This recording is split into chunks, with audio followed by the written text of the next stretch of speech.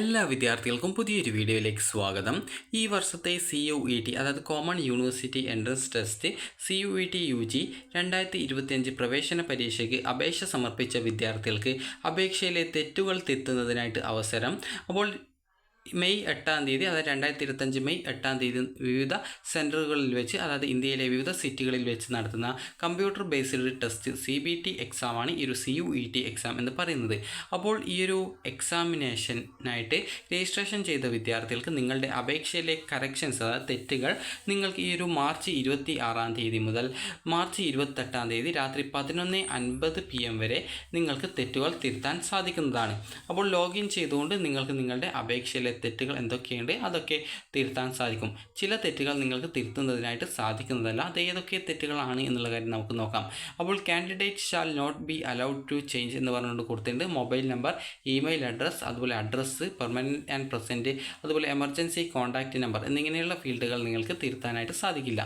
എന്നാൽ നിങ്ങൾക്ക് തിരുത്താൻ സാധിക്കുന്ന ഫീൽഡുകൾ എന്ന് പറയുന്നത് നിങ്ങളുടെ പേര്, ഫാദറിൻ്റെ പേര്, മദറിൻ്റെ പേര്, 10ാം ക്ലാസ് അല്ലെങ്കിൽ ഇക്വലൻസ് സർട്ടിഫിക്കറ്റിൻ്റെ ഡീറ്റെയിൽസ്, അതുപോലെ 12ാം ക്ലാസ് അല്ലെങ്കിൽ ഇക്വലൻസ് സർട്ടിഫിക്കറ്റിൻ്റെ അതിൻ്റെ details, date of birth, gender, category, അതുപോലെ തന്നെ സബ് കാറ്റഗറി അല്ലെങ്കിൽ PWD, PWBD, അതുപോലെ ഫോട്ടോഗ്രാഫ്, അതുപോലെ തന്നെ സിഗ്നേച്ചർ എന്നിങ്ങനെയുള്ള ഡീറ്റെയിൽസ് നിങ്ങൾക്ക് തിരുത്താൻ സാധിക്കുന്നതാണ്. അതുപോലെ candidate shall be allowed to change examination cities based on their permanent and present address. നിങ്ങളുടെ ഈ ഒരു എക്സാം സിറ്റീസ് ചേഞ്ച് ചെയ്യാനായിട്ടുള്ള അവസരമുണ്ട്. അത് നിങ്ങളുടെ സിറ്റിയും അതുപോലെ തന്നെ പെർമനൻറ്റ് പ്രസൻറ്റ് അഡ്രസ്സ് നോക്കിയിട്ടാണ് ഉണ്ടായിരിക്കുക.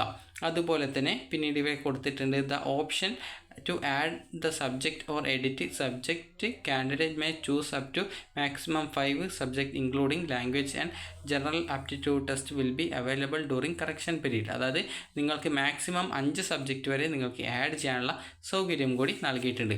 അപ്പോൾ ഈ ഒരു CUET അപേക്ഷ സമർപ്പിച്ച വിദ്യാർത്ഥികൾ നിങ്ങളുടെ അപേക്ഷയിലെ തെറ്റുകൾ ഈ ഒരു മാർച്ച് 28-ാം തീയതി രാത്രി 11:50 മുമ്പായിട്ട് തന്നെ തിരുത്താനായിട്ട് ശ്രദ്ധിക്കുക.